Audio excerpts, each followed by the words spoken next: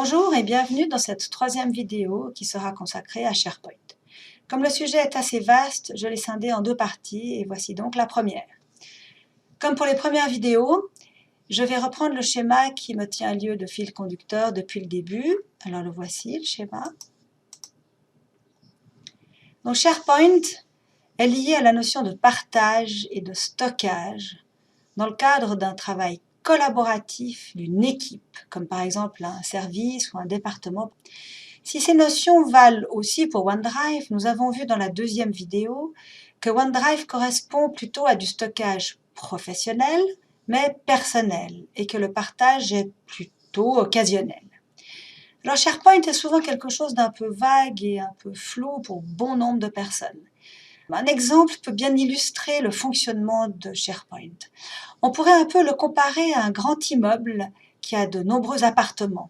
Ces appartements sont de deux types, les sites d'équipe et les sites de communication.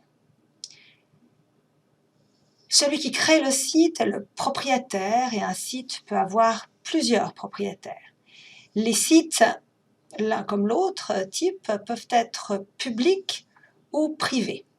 Dans le cas d'un site public, tout collaborateur de la société peut faire une recherche sur son nom, le trouver et le rejoindre. Et puis il dispose de pas mal de droits par défaut. Il peut ajouter un fichier, en renommer d'autres, pas seulement les siens, créer un dossier, en supprimer, etc. Dans le cas d'un site privé, une recherche ne l'affichera pas du tout et seuls les membres peuvent le rechercher et y avoir accès. Faire d'un collaborateur un membre, c'est un peu comme si le propriétaire de l'appartement faisait une copie de sa clé, puis qu'il la remettait à la personne.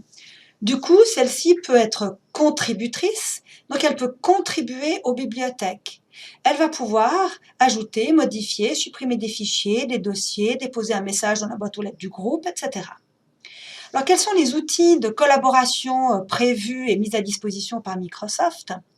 Alors, pour un site d'équipe, vous avez la page d'accueil. C'est une espèce de petit hall d'entrée avec quelques informations qui sont valables et intéressantes pour tous les membres du site d'équipe. La grosse pièce, celle qui est en bleu ciel, c'est la bibliothèque documents. On en a une par défaut, mais on peut en ajouter tout plein d'autres, qui contiendra dossiers et fichiers, puisqu'on parlait de stockage et de partage.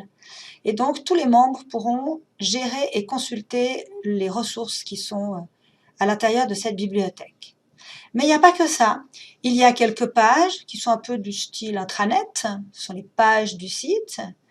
Et puis, vous avez un bloc-notes de site, un bloc-notes OneNote, et une boîte aux lettres Outlook du site. C'est très intéressant parce que ça évite d'avoir un bloc-notes OneNote privé que l'on partage avec tout le monde ou d'envoyer un message à tous les membres du groupe. Il suffit de déposer un message dans la boîte aux lettres du groupe et chacun peut aller le lire, le consulter, y répondre quand il veut. Pour un site de communication, alors on a aussi une petite page d'accueil. Alors celle-ci sera en général nettement plus personnalisée, elle affichera tous les liens vers les différentes pages du site, les pages d'information. Il y a aussi une bibliothèque, mais ce n'est pas le focus principal.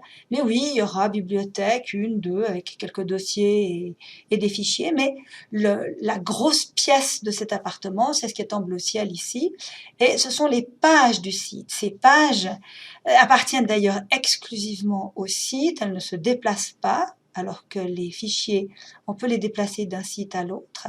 Et ce sont des pages qui ressemblent un petit peu à ce que l'on a dans les intranets. Ce sont vraiment des pages d'information.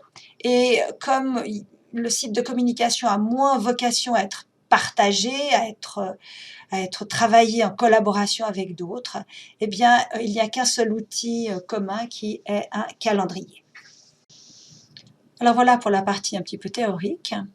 Et je vous attends pour la partie numéro 2 dans laquelle nous irons nous promener un petit peu dans SharePoint afin de faire la liaison entre cette introduction et puis le terrain. Alors à tout à l'heure.